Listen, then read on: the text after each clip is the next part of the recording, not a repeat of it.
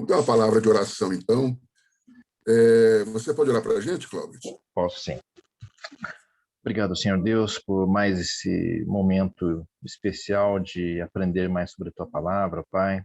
Te agradecemos pela recuperação que o Senhor tem dado aos Teus servos, ó Pai. Pedimos ainda a Tua intervenção direta na vida de todos aqueles que têm sofrido com a Covid, com seus familiares. Pai do irmão Fábio, Pai, cuida dele, da mãe dele, da sua irmã, Pai, e que nessa aula possamos ver mais do Teu cuidado conosco, Pai, sobre a Tua graça, sobre a nossa vida, Pai. Cuida de nós como só o Senhor pode fazer, Pai. Te pedimos a orientação ao presbítero Fábio, que ele possa transmitir as Tuas verdades aos nossos corações. Eu te peço isso no Teu Filho amado Jesus, Pai. Amém. Amém. Bom, gente, a gente continua aqui no tema do curso Eleição, Livre-Arbítrio e Evangelismo, Dependência de Deus ou Apelo da Vontade Humana. A aula de hoje, a gente vai tratar sobre a evangelização e, mais especificamente, sobre os perigos de uma evangelização descomprometida. Qual que é a ideia central desse nosso tema de hoje, dessa nossa aula de hoje? A gente vai tentar ver como que o evangelismo moderno ele sofreu uma influência muito grande do mundo e, a partir dessa influência, ele reduziu gradativamente, cada vez mais, as grandes verdades do evangelho, como a convicção de pecados, o arrependimento sincero, a graça de Deus em Cristo, a conversão do coração, regeneração, implicações de uma vida transformada, ou seja, hoje o evangelismo, ele quase que, vamos dizer assim, ele está vazio, ele está esvaziado das verdades bíblicas. E a gente vai tentar entender como que isso aqui se deu e ver qual é o reflexo disso e como que a gente pode voltar para as verdades bíblicas, tá bom? Quais são nossos objetivos principais aqui com essa aula? Primeiro, a gente já disse, saber quais são as implicações práticas do ensino reformado em relação ao evangelismo. A segunda questão, em termos de objetivo, é que nós sejamos crentes que confiem verdadeiramente em Deus de forma absoluta na evangelização.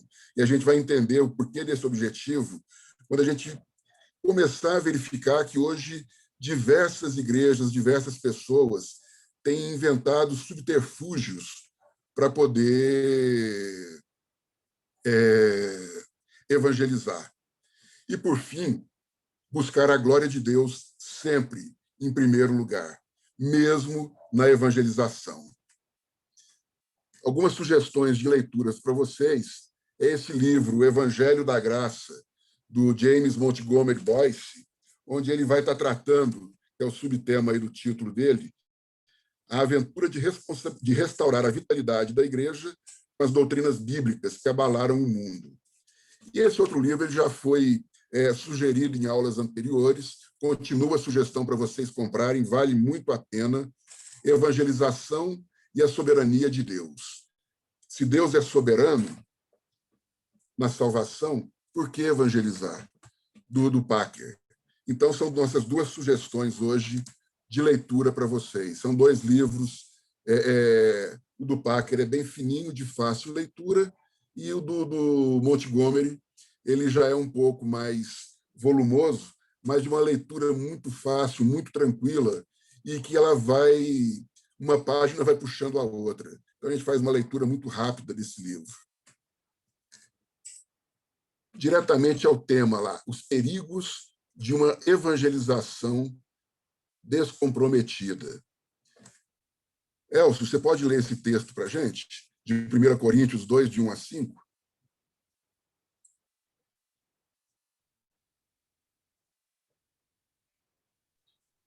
Estão me ouvindo? Estou te ouvindo agora. Só um instantinho que eu vou tirar a imagem aqui da frente do texto. Eu, irmãos, quando fui ter convosco, anunciando-vos o testemunho de Deus, não fiz com ostentação de linguagem ou de sabedoria, porque decidi nada saber entre vós, senão a Jesus Cristo e este crucificado. E foi em franqueza, temor e grande tremor que eu estive entre vós. A minha palavra e a minha pregação não consistiram em linguagem persuasiva de sabedoria, mas em demonstração do Espírito e de poder, para que a vossa fé não se apoiasse em sabedoria humana, e sim no poder de Deus. Sempre quando a gente vai falar de evangelização, a primeira reação que a gente vê nas pessoas é: eu não estou preparado. O que eu vou falar? Como é que vai ser isso? E quando a gente vê aqui esse texto de Paulo, que ele fala, porque decidi, não fiz com ostentação de linguagem ou de sabedoria, decidi nada saber entre vós, senão a Cristo e este crucificado. E foi com fraqueza, temor e tremor que ele esteve entre aquele pessoal todo. A minha palavra não constituiu em linguagem persuasiva de sabedoria, mas em demonstração do Espírito e de poder, para que a vossa fé não apoiasse em sabedoria humana, e sim no poder de Deus. Olha a profundidade disso e olha o caráter da pregação de Paulo nesse texto. Algo fantástico. Essa é a pregação genuína do Evangelho. É o foco da pregação de Paulo e do seu ensino ali aos incrédulos em Jesus. Qual que era o ensino dele? Era que Cristo pagou na cruz a penalidade pelo nosso pecado.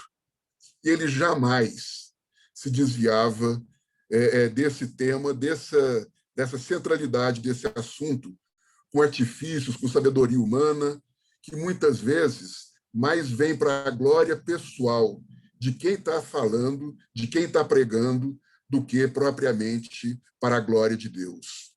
Então, esse texto aqui seria o nosso texto base, para a gente estar discutindo um pouquinho. Eu quero a participação de vocês, lembrando que a gente tem muito pouca gente aqui, a gente pode parar e discutir na medida do necessário. Ou eu pedindo para vocês participarem de alguma forma, ou vocês até me interrompendo mesmo e pedindo a palavra.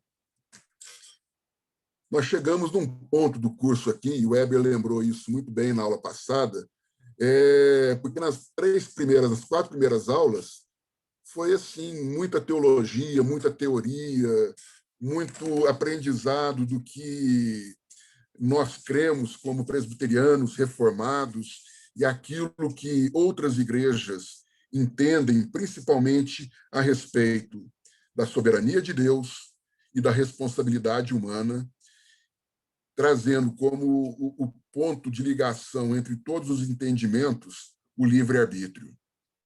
Ou seja, o homem é responsável e essa responsabilidade do homem não afeta a soberania de Deus. E a soberania de Deus, ela é certa e ela acontece, não tem discussão sobre isso, mas isso não isenta de forma alguma o homem da sua responsabilidade.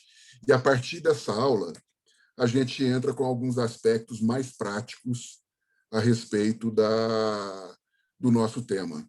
Então, a gente saiu da teoria e agora cai diretamente na evangelização. E para esse tema da evangelização, nós dividimos em 2 aulas. A primeira aula, a gente vai levantar algumas questões e tentar respondê-las aqui durante a aula de hoje. A primeira questão é: as convicções doutrinárias exercem influência na evangelização? A prática bíblica de evangelização tem sofrido algum tipo de ataque? Em que sentido o ensino reformado pode preservar uma igreja ou preservar a Igreja de Cristo? Nós ainda acreditamos no Evangelho da Graça? São questões que, de forma direta ou indireta, e às vezes de uma forma até muito subjetiva, elas vão permeando o nosso meio e muitas vezes vão nos influenciando e vão nos tirando do foco que é o evangelismo conforme a Bíblia diz que ele tem que acontecer. E aí, na parte 2, a gente vai discutir os problemas aqui hoje E na próxima aula, o Weber vai estar apresentando a apresentação genuína do Evangelho de Cristo. Então, aqui é uma breve introdução sobre o que a gente vai estar discutindo até aqui. Montgomery Boyce, que é o autor daquele livro O Evangelho da Graça, ele faz um relato no livro, no mínimo curioso. Ele fala de um profissional, de um consultor de crescimento de igreja. Eu nunca tinha ouvido falar sobre essa profissão. Lá nos Estados Unidos, de repente, é alguma coisa já comum. Consultor de crescimento de igreja. E esse consultor, no seu trabalho, ele assegurou que de 5 a 10 milhões de pessoas nascidas após a Segunda Guerra Mundial, elas voltariam às igrejas se as igrejas adotassem 3 atitudes muito simples. A primeira, fazer propaganda. A segunda, levar as pessoas a conhecerem os benefícios do produto. Eu imagino que o produto aqui seja Cristo, né? Terceiro, ser agradável com as pessoas. E aí vem uma pergunta. É a isso que o Evangelho se reduziu?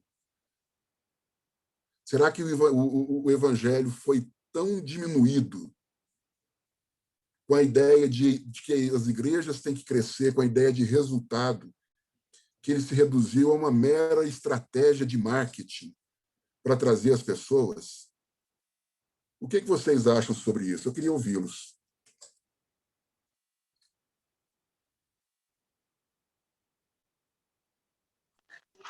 Obviamente, isso não é ao que a igreja se reduziu, é o que muitas igrejas reduzem ao evangelho, né?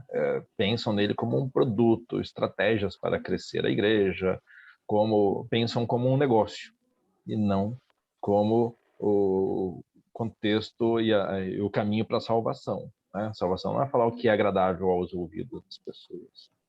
Muitas vezes é exatamente o contrário, é falar o que é desagradável, né? Mas é verdade.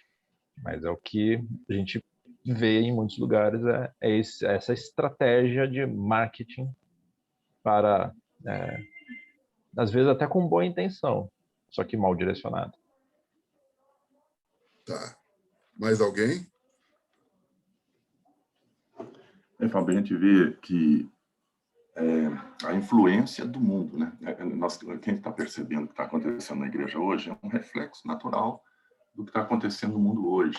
Que nós vivemos assim, as empresas vivem assim, esse marketing, essa propaganda, isso é a alma do negócio. Então, isso contagiou a igreja. Na realidade, a igreja ela é suscetível às influências do mundo em toda a história. E o que está acontecendo no mundo hoje, de certa forma, acontece na igreja, e a igreja precisa se preservar. Então, eu acho que esse é um ponto grande, a questão de preservar o ensino bíblico, o ensino doutrinário, para que ela não seja influenciada por esse mundo, que é isso aí. A gente vê que se influencia na política, a gente vê que influencia, liga a televisão, o celular, as comunicações, tudo é marketing, tudo é propaganda, tudo é resultado.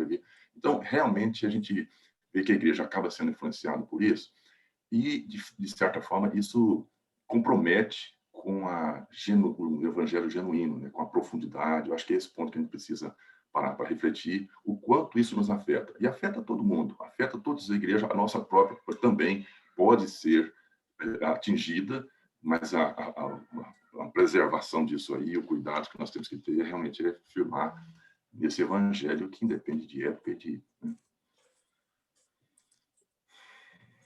Então, na verdade, se eu penso em termos da resposta que o Cláudio te deu e também que você deu, Weber, a gente pode dizer que, com segurança, para algumas pessoas, para algumas igrejas, a resposta é que sim, que ela se deixou de influenciar de tal forma que ela reduziu o conteúdo bíblico no evangelismo. Por que elas fizeram isso? Você já falou, elas flertam com o mundo, elas trocam entendimentos sobre as coisas que acontecem no mundo e aí elas buscam dessa sabedoria, utilizam desses métodos empresariais, centrados onde? em si próprios, no próprio homem. E aí, qual é a consequência? A desvalorização da palavra de Deus. É como se o evangelho puro e simples ele estivesse inadequado à realidade atual. Ele não funcionasse mais para promover um evangelismo verdadeiro. Essa ideia que passa quando a gente trabalha dessa forma. John MacArthur, que foi aquele autor do livro Escravo que eu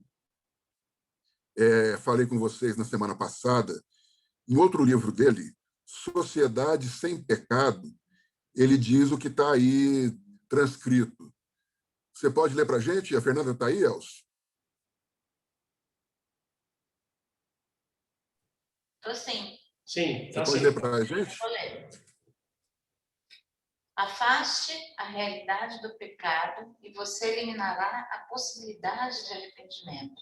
Anule a doutrina da corrupção humana e você invalidará o plano da salvação. Apague a noção da culpa pessoal e você eliminará a necessidade de um Salvador. Destrua a consciência humana e você levantará uma geração imoral e irredimível. A igreja não pode dar as mãos ao mundo nesse empreendimento satânico. Agir assim é destruir o verdadeiro evangelho que fomos chamados a proclamar. Quando eu estava estudando aqui, eu vi essa citação do John MacArthur, eu parei para pensar de uma forma assim, mais sistemática sobre isso que ele estava dizendo. E, na verdade, é uma realidade tão grande nos nossos dias e que muitas vezes a gente mesmo se sente tentado e até mesmo pratica esse tipo de atitude, de afastar aquilo que incomoda, como, por exemplo, a realidade do pecado, para poder não ser tão duro com as pessoas.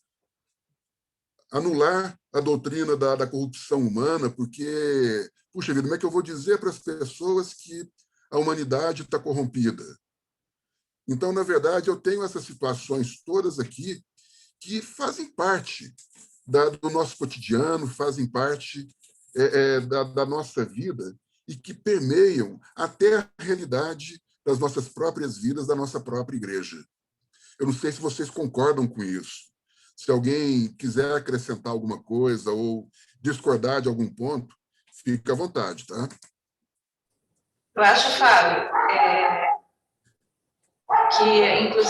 eu acho que até já numa classe a gente já estudou alguma coisa sobre a questão do evangelismo sem a cruz de Cristo, né?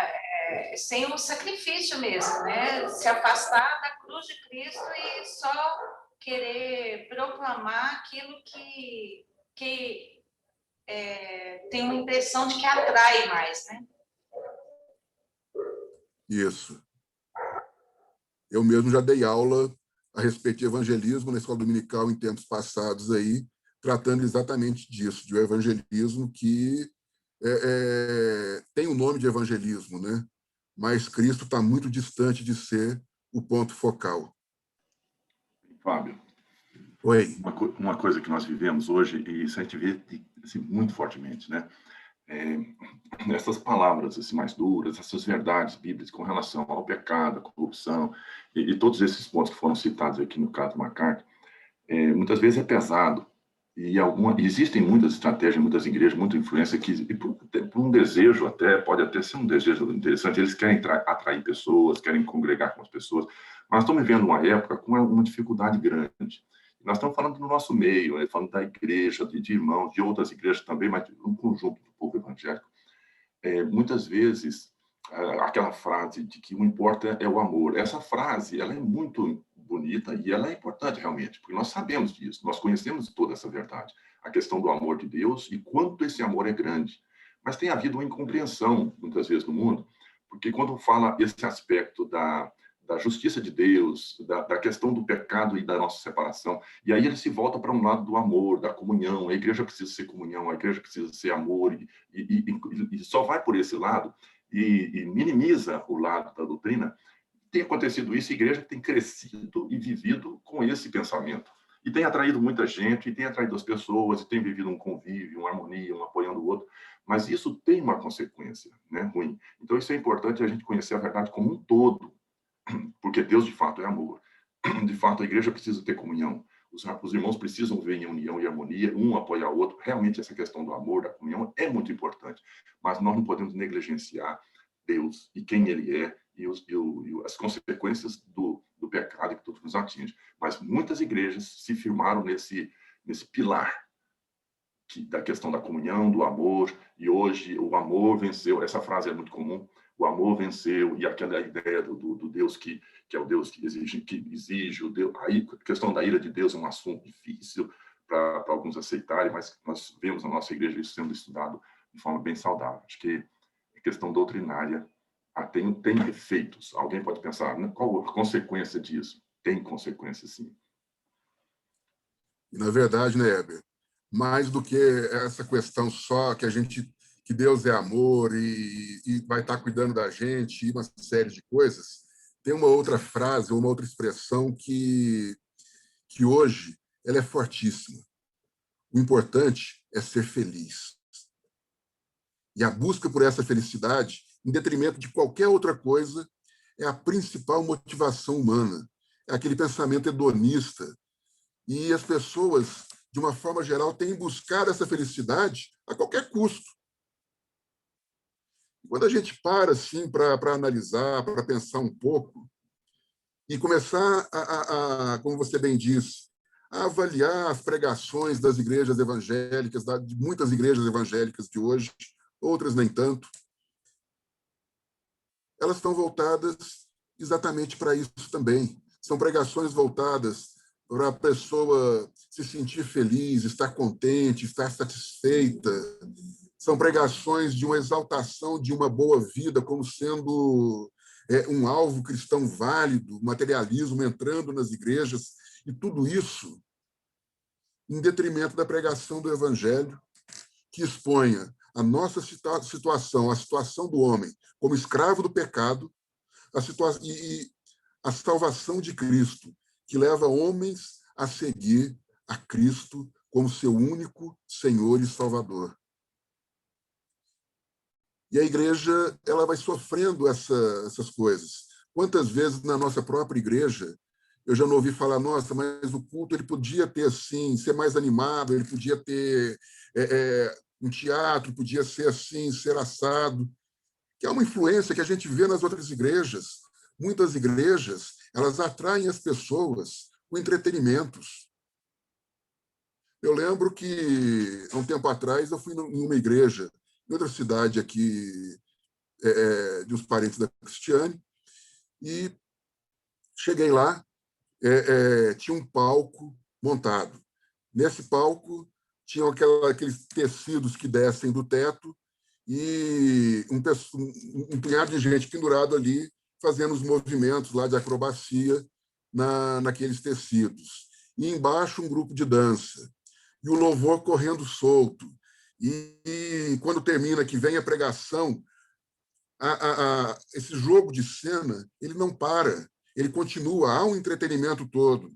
E aí, de repente, o pastor começa a falar alguma coisa mais séria, entra uma música para dar um fundo musical daquele ponto mais sério, depois ele começa a trazer para a contrição, entra uma música que puxa para aquilo, ou seja, nós temos um culto que, na verdade, é um entretenimento. E a pessoa usa desse artifício para poder estar pregando o evangelho. E, muitas vezes, se você usa desse tipo de artifício, você não pode falar de verdades absolutas como o pecado, como a depravação total do homem, como Deus sendo soberano, como Deus sendo gracioso. É difícil você tratar disso quando você cria todo um clima por conta disso. Então, as igrejas têm sofrido essa influência do mundo e de outras igrejas. Para quê? Para que ela tenha métodos de crescimento a qualquer custo.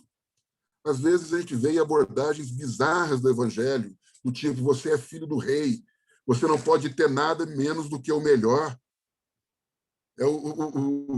A prosperidade acima de tudo, o envolvimento político, onde nós temos que nos unir para poder elegermos um presidente, um governador, um prefeito, um deputado, um senador. A igreja quer uma influência política, porque ela entende que na influência política ela pode ter mais uma arma para o evangelismo. Muitas igrejas com ênfase no social e se esquecem da parte espiritual. Aquela preocupação absurda com o número.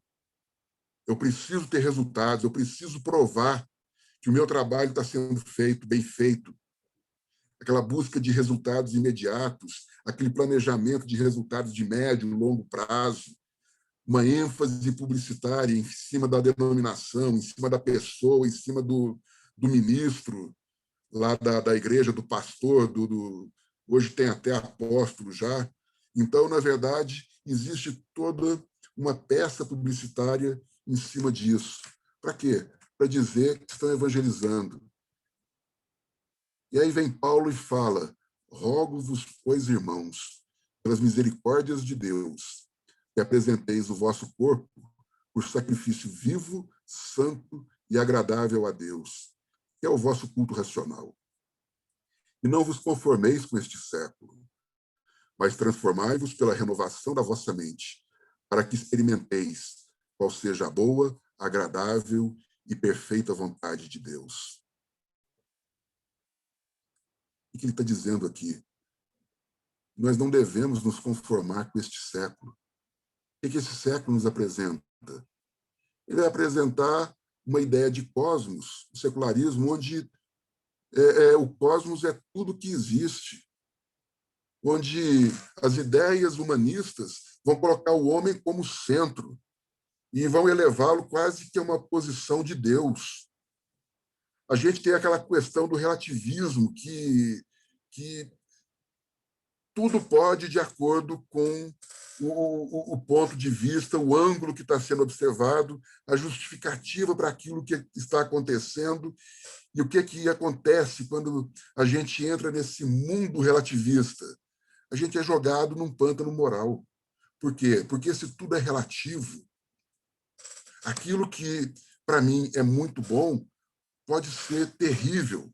E, muitas vezes, aquilo que eu estou fazendo para poder, que eu entendo como bom, pode ser um pecado terrível, pode ser um problema sério. A gente é jogado num lamaçal. Vem aquela parte do materialismo, com a supervalorização dos bens materiais, da conquista dos negócios perfeitos. Você só enxerga a bênção de Deus se essa bênção for traduzida em ganho material. Vem o pragmatismo, que aceita qualquer método, desde que aquele método funcione, traga resultados. Tudo que é feito só é válido se ele for medido e essa medição trouxer, essa aferição trouxer de volta resultados positivos. Se não for positivo, descarta isso e vamos para outra estratégia. E tudo isso leva as pessoas a uma desatenção à palavra de Deus. E aí o ensino da palavra de Deus se torna raso, superficial. E aí a necessidade do entretenimento. E para fechar esse grupo com chave de ouro, vem o pós-modernismo, que tenta, de toda forma, destruir todos os valores absolutos. Todos os valores. Uma família, não há um Deus soberano, tudo é possível. Gene Weiss, no livro Tempos Pós-Modernos, ele fez uma observação que eu vou estar lendo aqui para vocês. Ele diz assim: a doutrina não sobrevive bem numa era de relativismo. Então, para atrair os novos membros, o conteúdo teológico ele deve ser minimizado. E o povo não quer ouvir sobre pecado.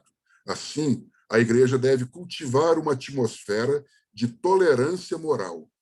Como as pessoas escolhem suas crenças religiosas, tendo como base não tanto se são verdadeiras, mas se elas gostam de uma igreja em particular, a vida da congregação deve ser feita tão agradável e não exigente quanto possível. A exaltação do princípio do prazer significa que os cultos de adoração eles precisam ser, acima de tudo, divertidos. A exaltação da vontade significa que deve-se dar aos clientes o que eles querem. A gente vê que, na verdade, o evangelismo moderno ele sofreu uma influência muito grande desses movimentos todos a partir ali da segunda metade do século XIX. E essa mudança de entendimento do livre-arbítrio, e por isso a gente trabalhou tanto essa questão nas aulas anteriores, ela provocou mudanças, assim, diferenças profundas na forma como se evangeliza. Porque se eu creio que o homem é parcialmente bom, e ele, por conta disso, ele pode escolher com liberdade se ele aceita a Deus ou não, e aceita ou não a obra redentora de Cristo para a vida dele, e ele pode aceitar ser regenerado e depois desistir. Então, a sistemática de evangelismo, nesse caso, ela é totalmente diferente de quando você pensa na depravação do homem total, onde o homem é incapaz de, por si só, enxergar o lamaçal de pecado e de morte em que ele está envolvido, que ele precisa da graça de Deus para tocá-lo e mostrar onde é que ele está, e isso promover arrependimento e promover na vida dele fé, ou seja, ele precisa de crer em Deus e clamar a Deus mediante o seu arrependimento pela justificação. E a partir da justificação ele ser regenerado. São dois pontos de vista tão diferentes que não dá para ter um modo de evangelização igual para esses pontos de vista. A diferença é que um se fundamenta muito nesse lado humanista, e o outro, que é o reformado, calvinista, que veio depois dos entendimentos de Lutero, dos entendimentos de Agostinho lá no passado, daquilo que Paulo fala demais, daquilo que a Bíblia fala muito, como um todo, no Pacto da Aliança,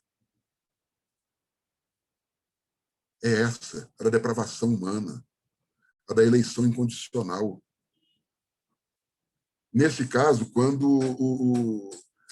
o evangelismo ele se volta para o homem, direcionado sempre ali para agradar as vontades do homem, com um culto cheio de atrações, de curas, de milagres, com convites longos e insistentes de você ouviu a palavra, vem, aceite a Jesus, para que as pessoas publicamente vão ali para frente para poder se apresentar como resgatados, como salvos. Para quê? Para que ele possa enxergar os resultados imediatos daquilo que está acontecendo. A gente tem, sim, um sucesso numérico gigante, mas num tempo muito breve, o número dos que se desviam e abandonam a fé também é gigante. E por quê? Segundo Packer, o autor daquele livro Evangelização e Soberania de Deus, ele fala o seguinte, que esse método ele fracassa notavelmente em produzir reverência profunda, arrependimento profundo, humildade profunda, espírito de adoração e preocupação pela situação da igreja. Ou seja, apresenta-se um evangelho raso, onde a pessoa realmente ela não tem um encontro com Deus, ela é envolvida em um ambiente propício a responder àquele chamado que é feito. Mas realmente é um subterfúgio, é uma estratégia. Para quê? Para se conseguir isso. Até aqui, querem comentar alguma coisa? Querem fazer alguma observação? Se não, vamos falar um pouquinho do evangelismo bíblico. O evangelismo da Bíblia, a primeira coisa que ela fala é que o evangelho começa de dentro para fora. Não adianta buscar as pessoas lá fora se o estado da igreja não for satisfatório. Como assim satisfatório? A igreja ela precisa ter vida e ela precisa ter saúde espiritual. Ela precisa de ter um bom discernimento das verdades bíblicas. E ela precisa de entender as implicações práticas na sua própria vida pessoal.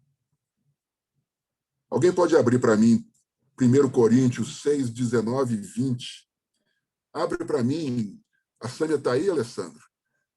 Se tiver, 1 Coríntios 6, 19. Talvez a ordem. Já peguei a Bíblia. Já está abrindo a Bíblia aqui.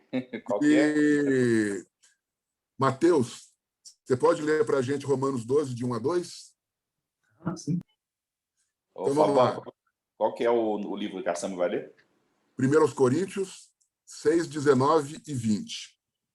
E o Mateus, Romanos 12, 1 e 2. Só um minuto.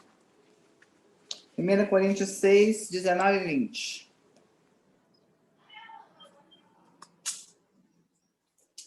Acaso não sabeis que vosso corpo é santuário do Espírito Santo, que está em vós, o qual tendes da parte de Deus, e que não sois de vós mesmos? Porque fostes comprado por preço. Agora, pois, glorificai a Deus no vosso corpo. E Romanos 12, 1 e 2. Portanto, irmãos, pelas misericórdias de Deus, peço que ofereçam o seu corpo como sacrifício vivo, santo e agradável a Deus. Este é o culto racional de vocês. E não vivam conforme os padrões desse mundo, mas deixem que Deus os transforme pela renovação da mente, para que possam experimentar qual é a boa, agradável e perfeita vontade de Deus. Tem um autor que eu li há um tempo atrás, John Bertrand Phillips. Ele era um inglês, estudioso da Bíblia, ele trabalhava na distribuição de sopas no pós-guerra, e muito jovem, desempregado, e não conseguia compreender a Bíblia. E ele acabou fazendo também uma tradução do Novo Testamento para um inglês moderno. Ele tem uma frase que ele fala o seguinte: não permita que o mundo ao redor o aprisione em seu molde. Deixe Deus remodelar a sua mente. E Paulo está mostrando para a gente, nesses dois textos, que a menos que a nossa mente ela seja renovada, a nossa vida e caráter eles não vão ser, de forma alguma, transformados conforme devem ser. E provavelmente não nos livraremos da nossa forma de pensar antes da nossa conversão. O que me chama muito a atenção naquele versículo lá de 1 Coríntios é que ele fala que o nosso corpo ele é templo, ele é morada do Espírito Santo. Nós não somos mais de nós mesmos. Paulo, depois do versículo 2 de Romanos, ele faz uma aplicação prática do que vem a ser uma mente renovada. Lá no versículo 3 ele fala assim: porque pela graça que me foi dada, digo a cada um dentre vós que não pense de si mesmo além do que convém. Antes, pense com moderação, segundo a medida da fé que Deus repartiu a cada um. Então, para que a gente pense na evangelização, nós temos que pensar, primeiramente, numa vida de santidade, numa vida plena de Deus conosco. Quando nós temos isso, e a igreja luta por isso, os membros serão todos partícipes da mesma ideia. E sendo partícipes da mesma ideia, o que vai ser? Vai ser uma igreja saudável, uma igreja que realmente ela se molda segundo as verdades bíblicas. É uma igreja que tem discernimento sobre o que pode e o que não pode fazer, sobre o que pode e o que deve ser falado. E quais são as implicações disso nas vidas das pessoas. Oi. Heber, falando. Quando você porta esse item, ele começa de dentro para fora E não adianta buscar os de fora se o estado da igreja não for bom, se eles não tiverem. Então, é a vida do corpo, como você lê os textos aí. Eu diria que nós estamos passando um teste muito grande. Eu acho que a igreja está passando por um teste no Brasil muito, muito grande de aplicação prática dessa verdade aí. Nós estamos vendo como que as influências exteriores têm atingido a igreja. E eu confesso que eu fico muito, muito triste quando eu vejo divisões internas na igreja, discórdia, por causa dos de fora, por causa de movimentos, em política, por exemplo. Isso é uma coisa que não poderia nunca separar a igreja, por causa de entendimentos diferentes, de conceitos, e essa situação que nós estamos vivendo de pandemia, tudo isso tem sido um teste muito grande para a igreja, para mostrar o quanto ela está firme nessa comunhão, nessa harmonia, naquilo que é essencial realmente na vida da igreja. E a gente precisa refletir, a igreja precisa refletir, e nós pregarmos o evangelho, mostrando essa verdade para os outros de fora, se internamente houver divisões, se houver discórdia, se não houver aquele amor, aquela comunhão que precisa haver, e se nós estamos sendo influenciados e vendo que as coisas de fora têm mais influência, muitas vezes têm mais valor, têm mais significado do que as coisas internas e a defesa do evangelho genuíno, quando as coisas externas ganham esse valor e esse maior, a gente vê que a igreja corre um sério risco no Brasil. É uma preocupação que eu tenho muito grande. Porque, na verdade, isso evidencia um problema de saúde espiritual, né, Heber? E eu entendo realmente isso, que quando a gente começa a perder o foco daquilo que é verdadeiro, daquilo que é o servir a Deus corretamente, a gente vai incorrer nesse tipo de problema, em divisões que, quando a gente para e às vezes olha para trás, às vezes a gente já está até envolvido nisso, e olha para trás e fala assim, puxa vida, por que eu reagi dessa forma? Por que esse tipo de coisa acontece? E cada vez que isso acontece, de fato, enfraquece o corpo de Cristo, que é a igreja. Concordo com você plenamente. A gente está vivendo isso de uma forma, tanto na parte política, quanto na parte do entendimento dessa pandemia, o que deve, o que não deve ser feito. Existe toda uma política por trás disso, e a gente se deixa envolver e acaba discutindo internamente e dividindo o corpo por uma coisa que não é essencial. Então, concordo com você, Heber. Um segundo ensinamento bíblico a respeito do evangelismo é que ele é espontâneo. Como assim? Não é apenas uma questão de responsabilidade ou apenas de um dever. Trata-se de um constrangimento natural que o Espírito Santo provoca em nossas vidas.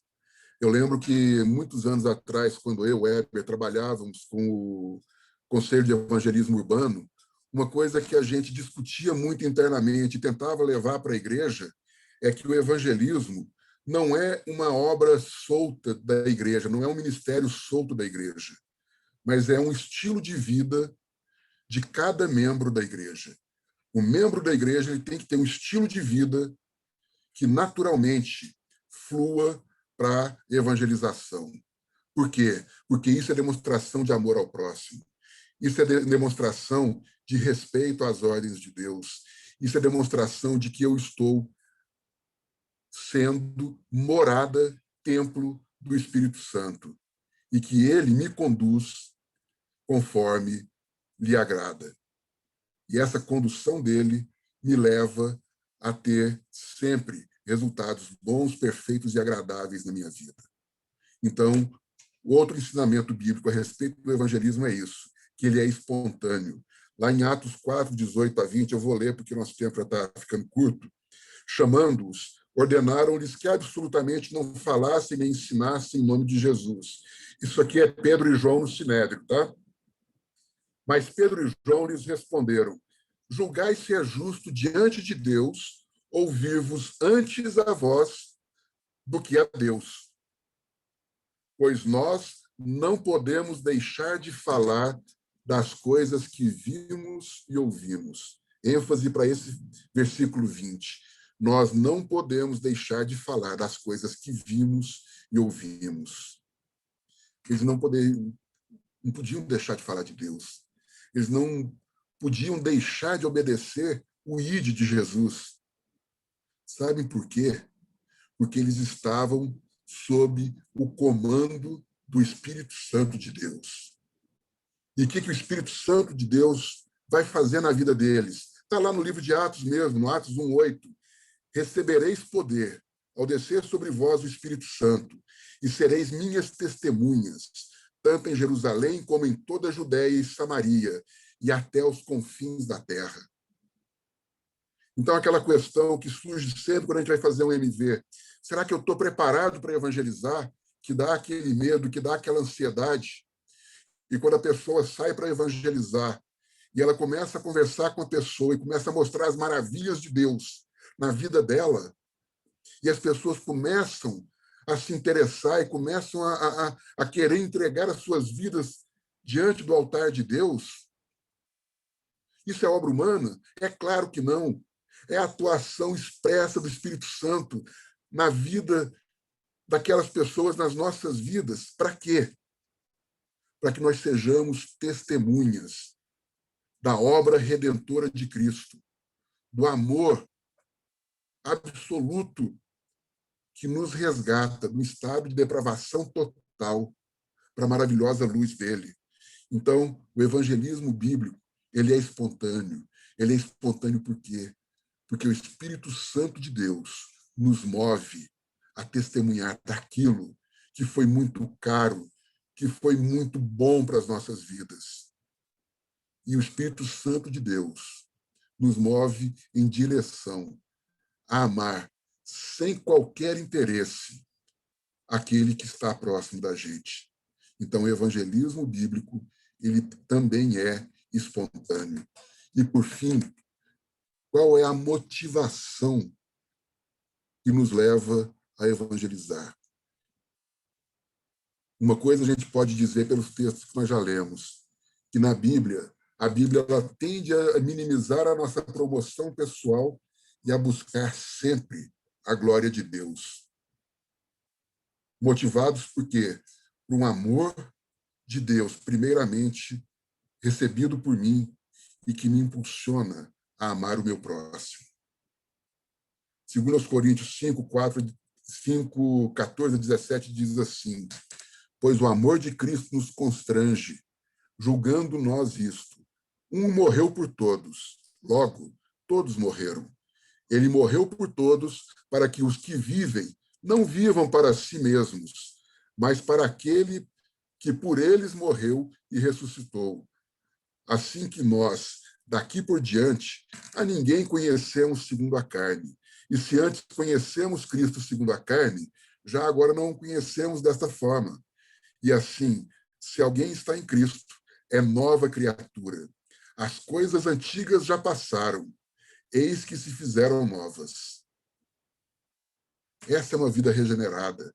Essa é uma vida motivada pelo Espírito Santo, que não busca a sua promoção pessoal, mas ela busca, em todo momento, a glória de Deus. Lá tem um texto que eu leio 1000 vezes e me dá vontade de ler outras tantas. É Romanos 11, 33, 36.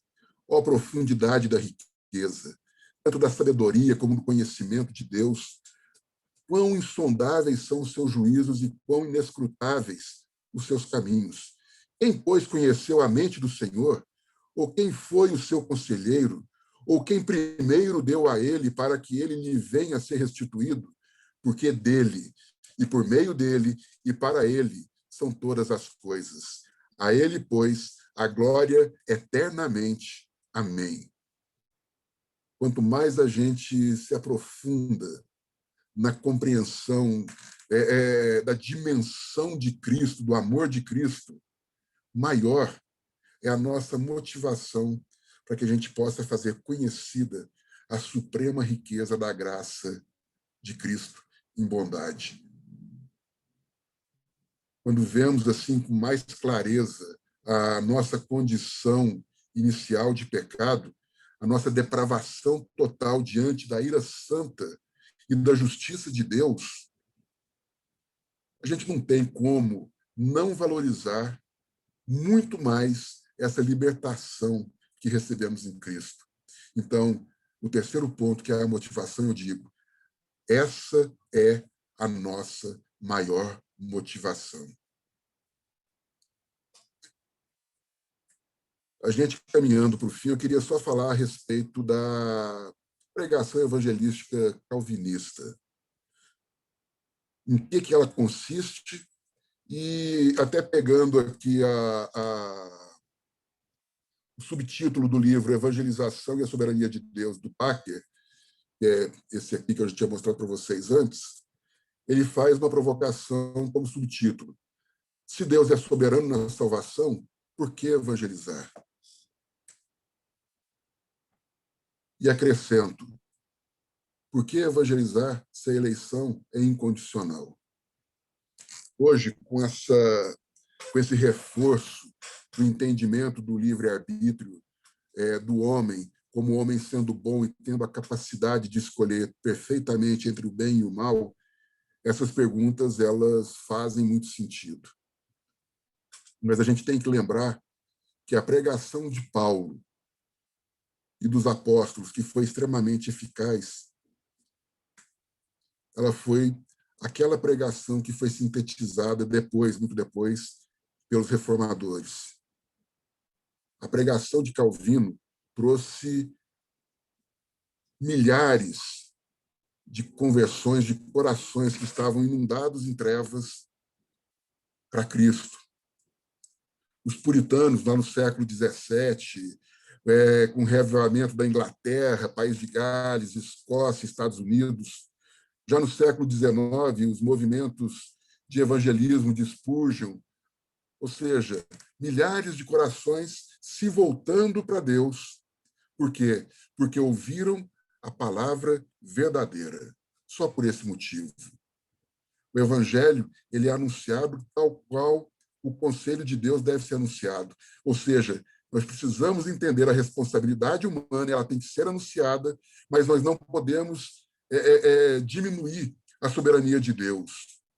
A condição desesperadora do homem, morto em seus delitos e pecados, ela tem que ser realçada na pregação. Por quê? Porque o pecador, a partir do toque do Espírito Santo, ele é exortado a se arrepender. E ele recebe o dom da fé, onde ele pode crer na obra redentora de Cristo. A pregação bíblica, ela procura mostrar ao homem o que ele realmente, no seu estado de miséria, de humilhação, escravo do pecado. A pregação bíblica, ela retira qualquer esperança do homem de se salvar a si mesmo. Ela diz que é só pela graça de Deus.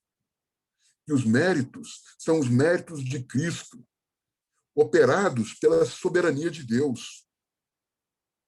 A única reação do pecador diante de uma pregação genuinamente bíblica vai ser a de enxergar o seu estado de miséria, se arrepender, crer e ser justificado. Ele vai estar clamando de misericórdia.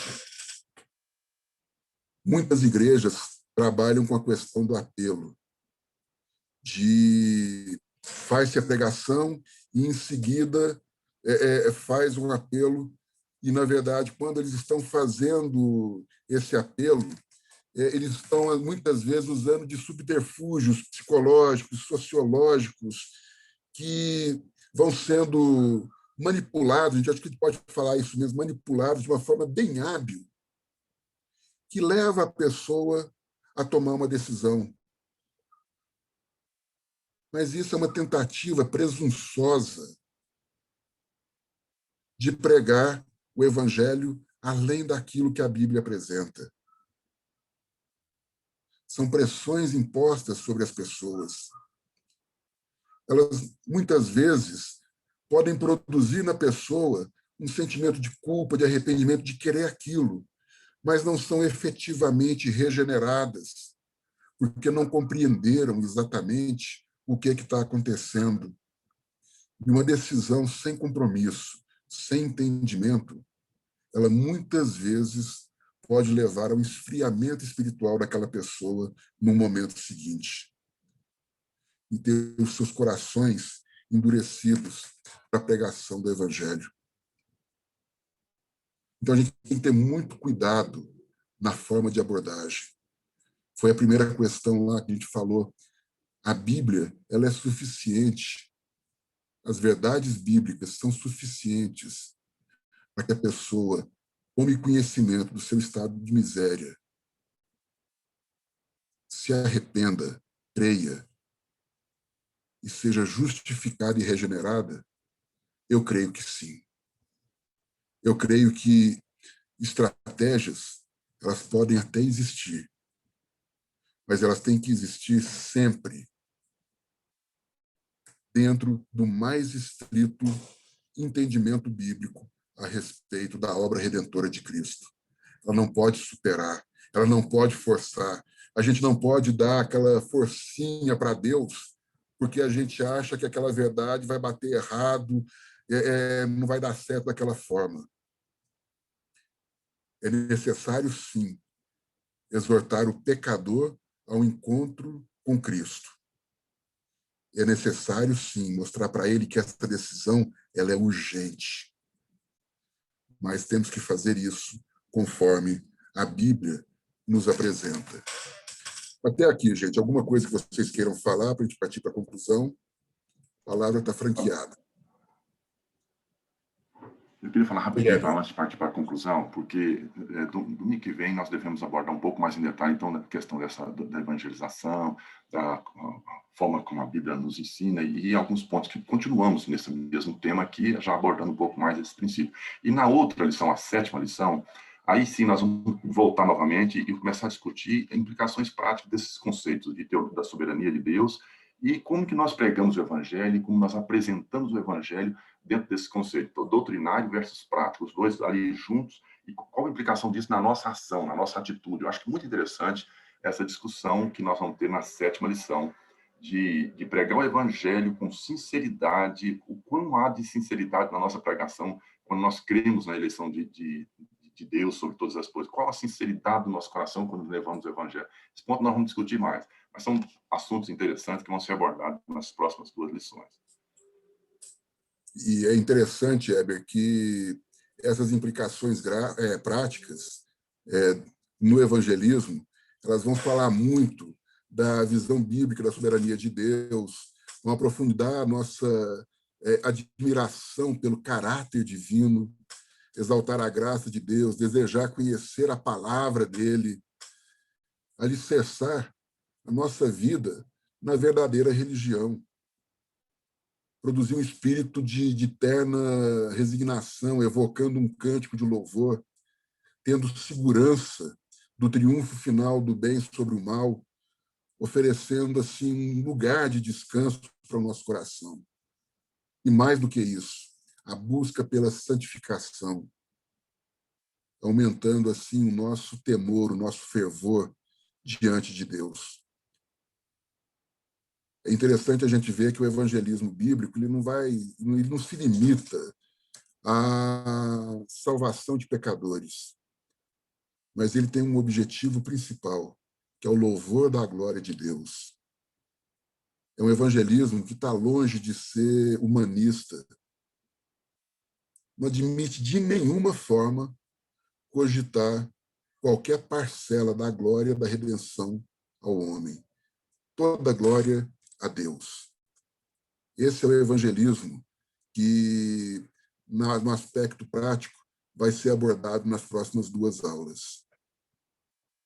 Que fique muito claro que a palavra de Deus ela é suficiente para que façamos todo esse trabalho espiritual que nos foi confiado. Ou seja, ela é suficiente para o evangelismo, para a santificação, para o discernimento da vontade de Deus e para o impacto social. Que somente por Cristo, com sua redenção substitutiva, é que nós somos justificados. Que só pela graça de Deus o pecador é salvo. De nada adiantam técnicas, métodos ou estratégias humanas. É só pela graça. E é só pela fé que nós somos justificados. E que toda a glória seja dada somente a Deus. Porque dele e por meio dele e para ele são todas as coisas. A ele, pois, a glória eternamente. Amém. Algum comentário a mais, gente? Alguma coisa que vocês queiram acrescentar? Para a gente partir para o final.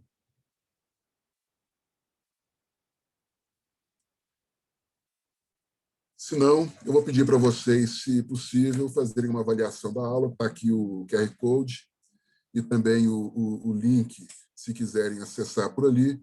É importante essa avaliação porque, na verdade, assuntos, temas que, de repente, não foram tão bem abordados, vocês podem apresentar e a gente tenta corrigir para as próximas turmas, ou também dizer e dar um